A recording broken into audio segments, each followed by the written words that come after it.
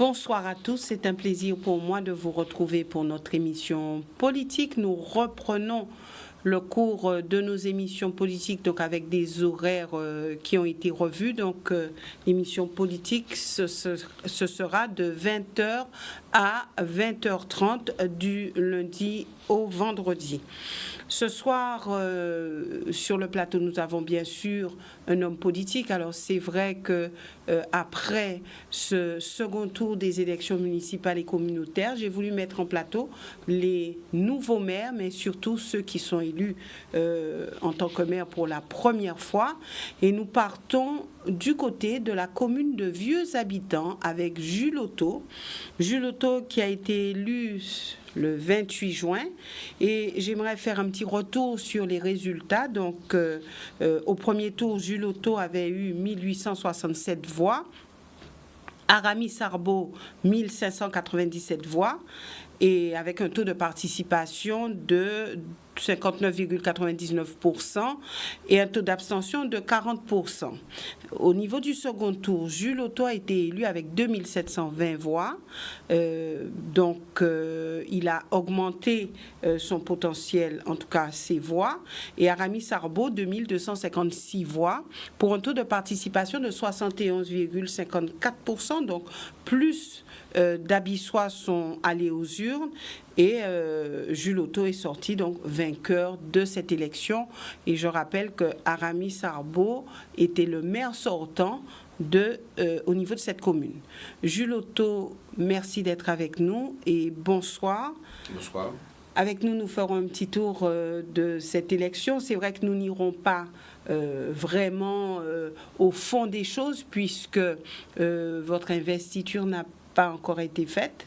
Mais nous avons voulu quand même vous recevoir afin que vous puissiez, si vous le souhaitez, adresser quelques mots à votre population et puis essayer de voir un petit peu l'avenir rapidement avec vous.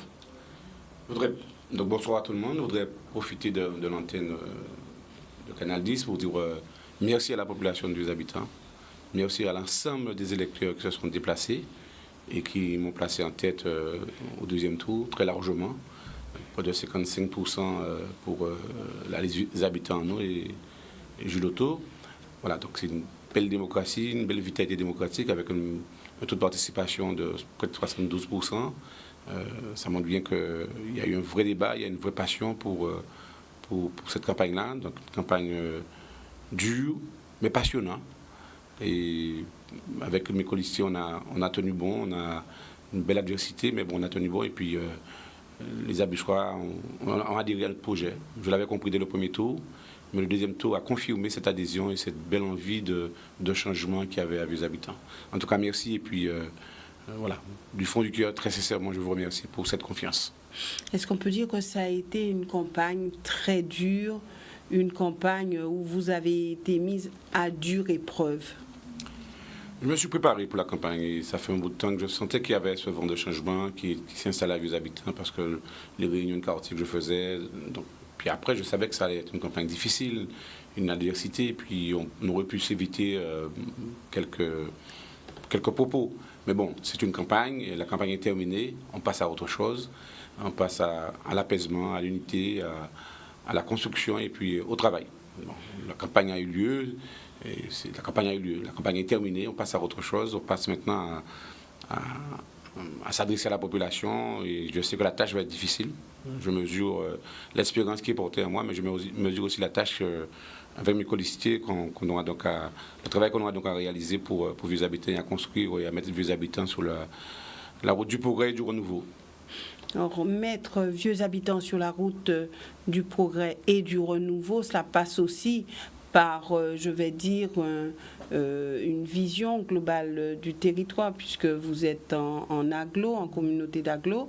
Alors, est-ce que vous avez déjà réfléchi à cela? Est-ce que vous avez l'intention d'être le président de cet agglo? Est-ce que vous y avez déjà réfléchi? Non, je sais très bien que c'est élection municipale et communautaire, donc les Abyssois vont choisir des candidats aux élections municipales qui vont aussi en même temps siéger à l'agglo du Sud-Bassère, avec bien entendu, certains qui vont se positionner pour être à la gouvernance de l'agglo, et d'autres qui vont chercher à se positionner en responsable. En tout cas, pour ma part, on est à 3 conseillers communautaires. Vous habitez à ces 4 conseillers communautaires, donc la minorité, un conseiller communautaire, et la majorité, 3 conseillers communautaires. Je verrai avec mon groupe, je verrai avec les autres maires. On partage les mêmes valeurs, donc notamment Marie-Évelyne, Elie Califère, André Atala, pour ne citer que cela. Il est obligé aussi. Bon. Donc vous êtes majoritaire au sein de cet agglo. Faut regarder, mais bon, je pense qu'on a une belle chance. Et la gouvernance, en tout cas, la gouvernance qui est là actuellement, a montré ses limites. Donc les élections et puis le changement qui s'est passé quasiment dans toutes les communes de l'agglo du Sud-Bastère montre qu'il y a une volonté de passer à autre chose, donc d'avoir une nouvelle gouvernance. Donc j'y participerai, je vais contribuer à faire en sorte qu'il y ait cette nouvelle gouvernance. Et pour ma part, comme la question m'a été posée concernant, je vais rester sur Vieux Habitants. Je serai certainement conseiller communautaire dans la gouvernance, mais la présidence de l'agglo, c'est pas une priorité pour moi. La priorité pour moi, c'est Vieux Habitants, c'est la commune. Je sais que ça va être une belle mission, une belle tâche à accomplir, qu'il y a des missions, il y a des compétences qui sont apportées aujourd'hui par l'agglo et qui concernent le quotidien des Abyssois. Donc, je serai vigilant, bien entendu. Alors, lors de ce deuxième tour, à l'issue des résultats, on a vu Aramis Sarbo qui vous disait, écoutez, bon courage. Alors, lorsqu'on vous dit bon courage, ça veut dire que les choses seront compliquées, seront difficiles? Non, je pense qu'il a fait un message après une campagne difficile, après des propos difficiles, après des propos rudes. Bon, il est passé à autre chose. Et puis, il a dit que c'était un enfer quand même pour lui. Moi, je pense que l'enfer, c'est un sentiment personnel. C'est par rapport à son vécu, par rapport à ce qu'il a vécu, c'est par rapport à des situations très personnelles. Donc, il s'est exprimé. Bon, voilà, c'est ça. Ces propos, ce sont les propos d'Aramis Sarbo. Ceci étant dit, c'est bien de voir dans la démocratie qu'un maire sortant, malgré la difficulté, arrive à dire voilà, bon courage à l'autre qui arrive. Bon, il sait très bien, et je le sais aussi, que ce matin on a travaillé. Ce matin, il n'y a pas de difficulté, on a travaillé sur la passation. Et puis on a commencé à regarder les grands dossiers de la commune, les dossiers en jeu.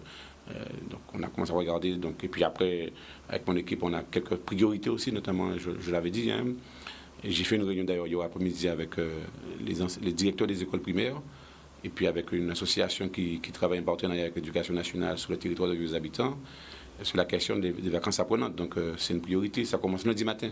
Donc je vais voir avec le maire sur des dossiers, comment, voilà, il s'est engagé sur d'autres dossiers, donc je vais voir.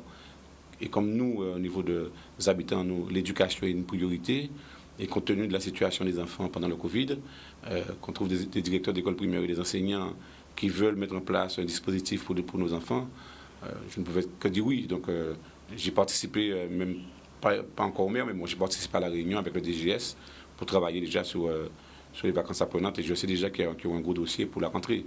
Alors justement parce que vous aurez à gérer cet après Covid, ou peut-être pendant Covid, on n'en sait rien encore.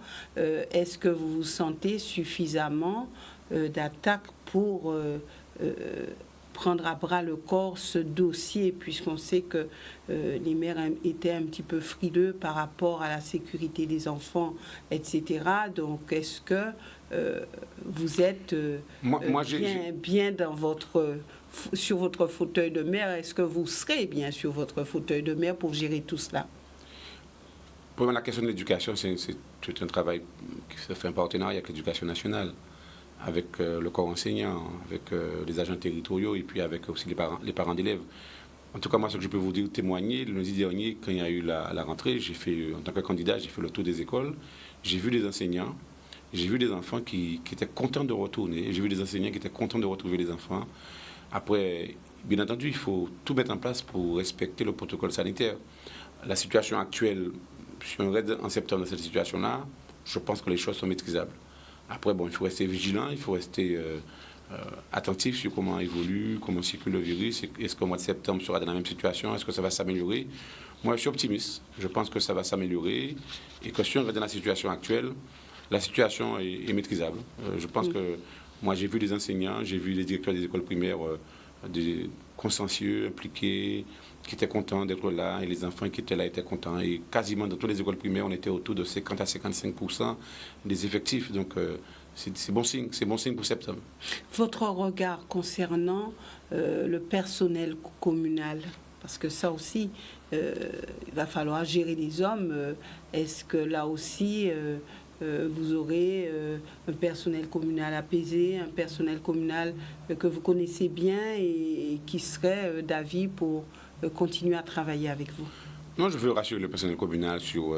ce sont des agents territoriaux qui sont là pour travailler, pour le compte de la collectivité, pour le compte de la commune, pour l'intérêt général. Donc, je serai exigeant, mais juste avec eux. Exigeant. Lorsque vous dites exigeant? Exigeant sur la mission de service public à accomplir. Et puis juste dans leur carrière, juste dans ce qu'ils ont droit. Mais un fonctionnaire a des devoirs et des droits. Donc on va appliquer les deux. Les droits, oui, pour les fonctionnaires, puis les devoirs concernant la question de l'assiduité, la ponctualité, le sens du service public. Quand on est un fonctionnaire, on est un agent de service public, on est au service du public. Donc, vous pensez réellement pouvoir faire passer ce message? Vous pensez réellement pouvoir réussir à ce niveau-là? Beaucoup d'agents le sont déjà dans cette démarche-là. Après, c'est être dans un collectif. Et puis bien, ce qui est important, c'est que quand on est dans un service public, c'est où on veut aller. Donc c'est la responsabilité des élus du conseil municipal à bien donner l'orientation. Et il y a un projet politique, donc on s'est battu pendant une campagne. Il y a un projet politique qui a eu l'adhésion de la population. Donc la population attend la mise en œuvre de cette politique publique qu'a proposée donc la liste des habitants. Donc, et les premiers acteurs à mettre en place cette politique publique, ce sont les agents territoriaux, en particulier les cadres territoriaux qui sont là pour être le premier maillon en lien avec les élus à mettre en place cette politique publique. Donc moi j'ai confiance aux agents. Après, ça demande un travail de faire un travail collectif avec les agents. Il y aura certainement donc un diagnostic aussi de l'effectif. Bon, j'ai des éléments sur les effectifs. Après, c'est de bien positionner, de bien regarder, surtout les agents, de s'arrêter un moment. Donc, ils ont un temps pour s'arrêter, pour regarder la situation RH de la collectivité et puis de mettre en place une organisation encore plus efficace. Je l'ai dit dans mon programme, donc on va chercher à la voir, mais ça demandera de prendre le temps de dire le projet politique, OK, validé par la population, sa mise en œuvre et le lien avec les agents territoriaux, avec les cadres territoriaux, comment on le fait. Et ça va demander un travail pourquoi pas, ça passera par des temps de dialogue entre élus et cadres, des temps de séminaire entre les élus et puis les cadres, et puis aussi entre les agents territoriaux, des temps de discussion. Ce qui est important, c'est de donner du sens à l'action publique. Pourquoi on fait ça? Dans quel sens qu'on le fait? Et dans quel intérêt on le fait? Donc, quand les agents comprennent cette démarche-là, en général, il y a une adhésion. Avez-vous une lisibilité sur la situation financière de la commune? Jusqu'au dernier conseil municipal, on était dans l'opposition. Il y a quelques chiffres qui laissent entendre que la situation tendrait à s'améliorer. On est encore en situation déficitaire. On est dans une zone rouge. On est à moins 1,2 million de déficit, officiellement annoncé pour le moment. J'attends le vote du compte administratif qui se fera bientôt. Au mois de juillet, on va voter le compte administratif et le budget 2020, mais qui va être un budget déjà largement entamé, il y a quasiment 6 mois de l'année. Mais bon, avec les dépenses qu'on a eues de pré-campagne ou de campagne, donc on sait déjà à peu près qu'il faut bien regarder les factures. Là, je demanderai, sans m'y attarder, sans par exemple comme si je savais que je vais aller prendre une situation difficile, je ne vais pas comme si s'attarder, laisser entendre que... Non, la situation est difficile, on le sait, mais je vais quand même demander l'audit sur la situation financière pour bien regarder où on en est et pour savoir par rapport à le projet qu'on a présenté, quelles sont les priorités, comment on peut les mettre en œuvre.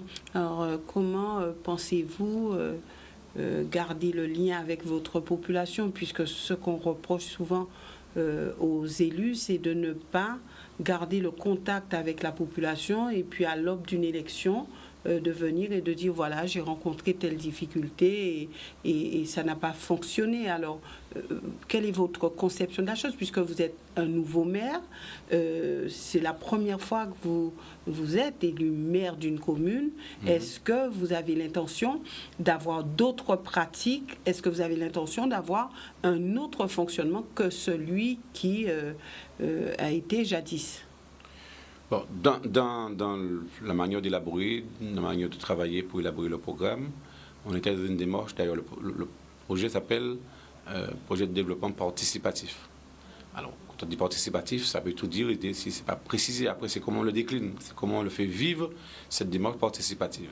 Donc quelques outils, voilà, donc on va demander d'être accompagné par des prestataires, par des gens qui s'y connaissent, mais nous-mêmes, au niveau des élus, on a une volonté qui est, par exemple, des choses très simples, que les conseillers municipaux qui sont des conseillers de quartier dans les sections, pourquoi pas dans les maisons de quartier, dans les sections, avoir des permanences au plus près de la population.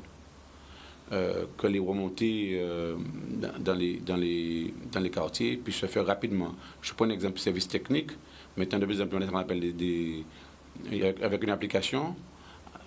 L'application au niveau de la mairie fait que n'importe quel citoyen peut connecter la mairie et faire savoir une situation sur la voirie et alerter donc le service technique pour une intervention rapide. Parce que globalement, au niveau de la mairie, qu'est-ce qui est important pour la population? C'est le quotidien, c'est la voirie, c'est le service technique. Donc dès qu'il y a quelque chose, il faut être en capacité d'intervenir et de réagir. Donc les conseillers municipaux ont un rôle important à jouer. Donc quand ils sont dans leur section, dans leur quartier, des réunions hebdomadaires et puis le temps de parole pour chaque élu de son quartier faire remonter, au-delà de la délégation qu'il a, une délégation sur la culture, le sport ou autre chose, mais on est aussi un élu référent de son quartier. Quand il y a un problème, c'est l'élu qui est référent de son quartier qui fait remonter, et puis que derrière, après les réunions du lundi soir, du mardi soir du conseil majoritaire, c'est rapidement derrière, avec les agents territoriaux, il y a une mise en œuvre pour régler le problème qu'on a constaté dans le quartier. Et puis après aussi des temps de réunion, de bilan à mi-mandat, de bilan intermédiaire, de réunion de quartier par rapport à une situation qui se pose. Et puis être dans la population, c'est être aussi dans des contacts. Et quand il y a une situation difficile avec les autres élus, être disponible. La question de la disponibilité va être un critère important. En général, la population tient à voir le maire sur le terrain. Et là, comment faire passer ce message qu'il faudrait quand même que les élus, les conseillers municipaux puissent eux aussi agir sur le territoire. Parce que lorsqu'on vote, on dit on vote pour une liste, mais on se rend compte que c'est le maire qui est justement demandé, c'est le maire qui est pris à partie quand il le faut, et c'est le maire qui est demandé. Alors, comment faire prendre le pli que, effectivement, c'est une liste qui a été élue et cette liste doit travailler de commun accord?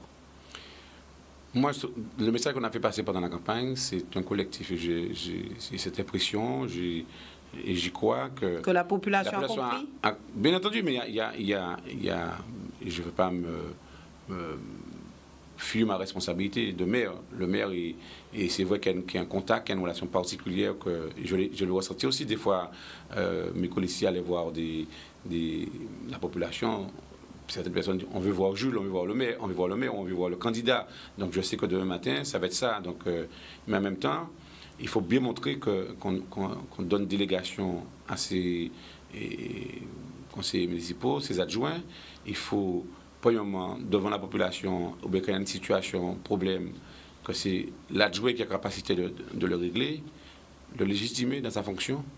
Et puis, à aucun moment, le contredire devant une décision, ni devant les agents territoriaux, ni devant la population. Donc, il faut, dans la démarche, il faut faire de la pédagogie et montrer qu'on est en fusion, on est en proximité, on est en complicité avec ses adjoints et avec ses conseillers municipaux.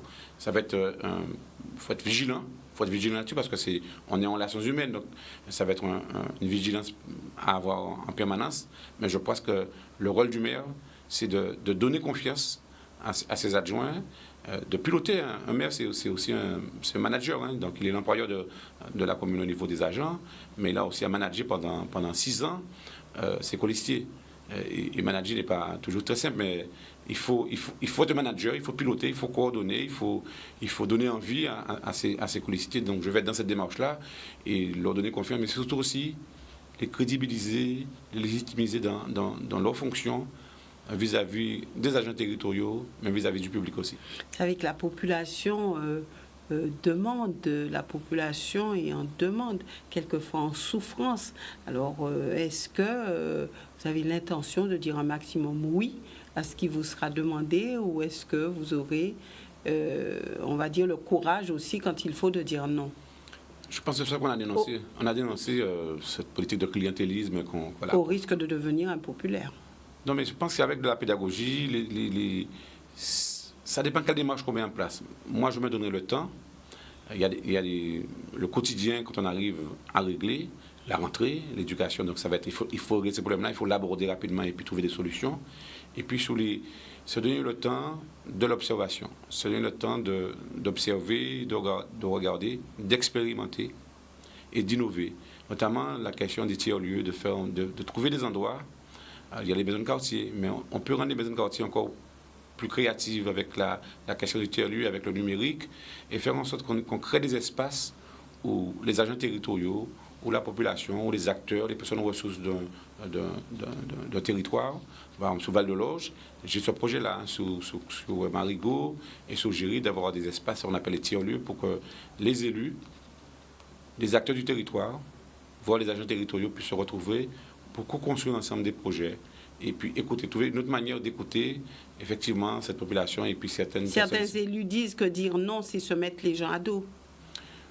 Je crois que les élus, la génération, les élus en tout cas, qu'on a travaillé ensemble pour construire la liste, on va avoir à mettre en place le bureau, des adjoints et puis des conseillers municipaux qui ont des délégations, sont dans une démarche parce qu'on sait que le temps est difficile. Tout le monde le sait, donc c'est amener la population à bien comprendre qu'on va être dans une situation difficile, l'argent public est rare, et la population ne demande pas souvent, c'est souvent de l'écoute, de la proximité, et de les accompagner, pas de leur dire oui, c'est de dire ok, il y a une situation problème, on s'assoit, on vous écoute, on essaie de trouver ensemble la réponse. Il ne faut pas infantiliser les adultes, il faut au contraire les rendre responsables. Lorsque les gens sont en souffrance, est-ce qu'ils ont la compréhension de ce discours-là? C'est travailler aussi en partenariat avec d'autres on va dire, instances. Je pense à la caisse d'allocation familiale, je pense à la Sécu, je pense au département, je pense à la région, je pense à d'autres acteurs qui sont sur le territoire, qui peuvent apporter des réponses à leurs préoccupations, à leurs difficultés, à leurs problèmes. Donc il y aura par exemple, ce qu'on appelle les maisons France Service, on va aller dans ce sens-là. Alors, nous croyons que ça, on bica service public pour faire en sorte que mon vini et que dans ce service-là, ça, les autres, par exemple, services comme Pôle emploi qui vient une fois le matin ou l'après-midi dans la semaine, qui est toujours un service public qui soit là, à proximité de la population et que les gens trouvent une réponse à leurs difficultés. Mais trouver une réponse, ce n'est pas leur donner la réponse, c'est les accompagner, les mettre dans une dynamique de qu'eux-mêmes aussi cherchent une réponse à leurs propres difficultés. Vous pensez que ça sera une tâche facile? Non, ça va être une tâche difficile, je le sais, mais il faut avoir la foi et puis il faut y croire, il faut y aller. Lorsqu'on a souvent dit à cette population, oui, on peut faire pour vous, on peut vous aider, on peut vous donner, ce discours-là, est-ce qu'il fera son chemin? Je retire de ce que vous dites qu'on peut vous aider, on peut vous accompagner, on peut vous donner que ce qu'on peut donner.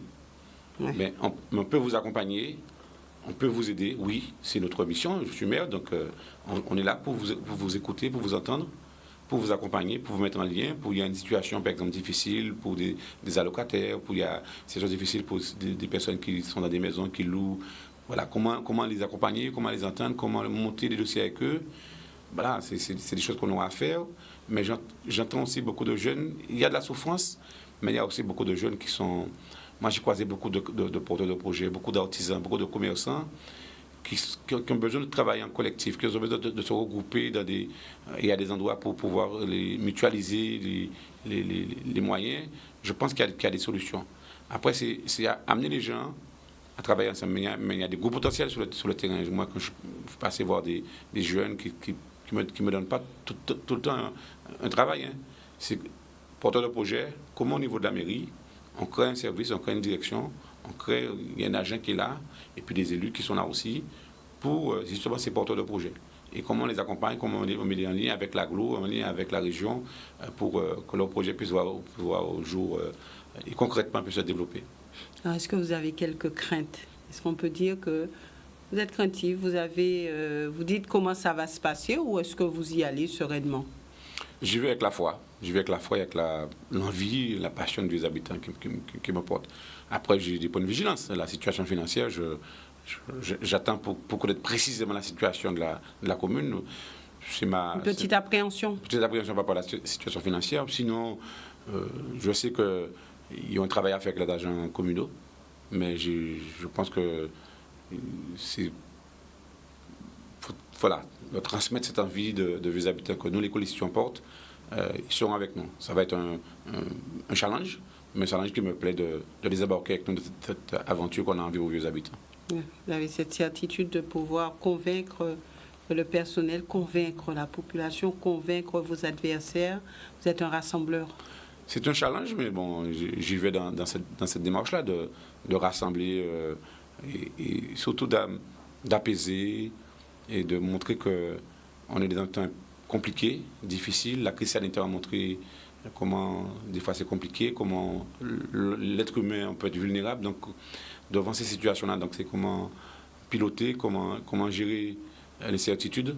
On a appris donc tout ça nous renforce parce que des situations des fois d'inconfort nous amènent à créer, nous amènent à innover, nous amènent à trouver des idées nouvelles. Donc la question d'innovation va être aussi une manière de travailler pour nous. Donc on va chercher aussi à innover dans la gestion publique. Il y a des choses et l'innovation, ce n'est pas tout le temps de l'intelligence, c'est aussi des fois d'écouter les gens qui ont des idées, qui ont déjà trouvé des réponses et c'est les formaliser. Donc les artisans en général font des choses formidables, la population font des choses formidables, c'est surtout, et ils trouvent des réponses à leur situation. Après, c'est d'aller voir comment ils font et de voir comment on met ça ensemble et on met ça en dynamique. Alors maintenant que vous êtes maire, nous sommes presque arrivés au terme de cette émission. Maintenant que vous êtes maire, vous savez que vous serez très certainement courtisé pour les prochaines élections régionales. Y avez-vous déjà pensé? Pour le moment, j'ai pensé beaucoup à être maire. Et donc, c'est l'investiture pour dimanche, c'est ça qui m'intéresse. Et puis après, bien prendre les dossiers en jeu qui concernent la commune. Et bien entendu, quand on est un élu, ça, en tout cas, c'est ma position. Quand on est un élu en Guadeloupe, sur un territoire avec des habitants, on est un élu guadeloupéen. Donc, la question, la politique régionale m'intéresse. Et donc, je prendrai part. Mais je suis aussi... Vous serez de ce combat-là? Oui, sur une liste ou pas, mais je serai dans le combat. Et je défendrai les valeurs et les hommes et femmes qui me sont proches dans ce combat-là. Ouais. Peut-être aux côtés de Victorin Lurel, s'il y va? Aux côtés de mon parti, certainement, le Parti socialiste. J'ai toujours été à la fédération, donc, et lui, il appartient à la fédération socialiste, donc il sera dans ce combat-là. Maintenant, rien n'est décidé sur qui sera tête de liste, qui va conduire, mais on sait que le parti ira sur le terrain pour défendre ses valeurs et puis proposer une alternative à cette politique qui est en place. Merci Jules Otto d'être venu sur ce plateau.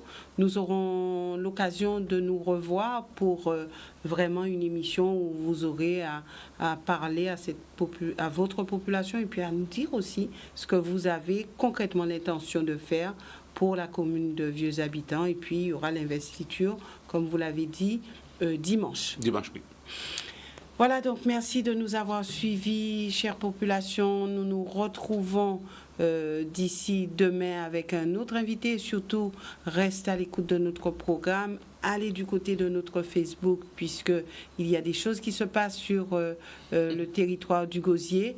Alors, allez-y, regardez un petit peu et nous aurons certainement très, très rapidement à voir sur ce plateau quelques intervenants au niveau de ce mouvement qui prend corps au Gosier. Donc nous vous tenons informés, mais surtout nous sommes en direct au niveau de cette commune et allez-y et certainement vous pourrez vous faire une idée de ce qui se passe au Gosier. Excellente soirée à tous.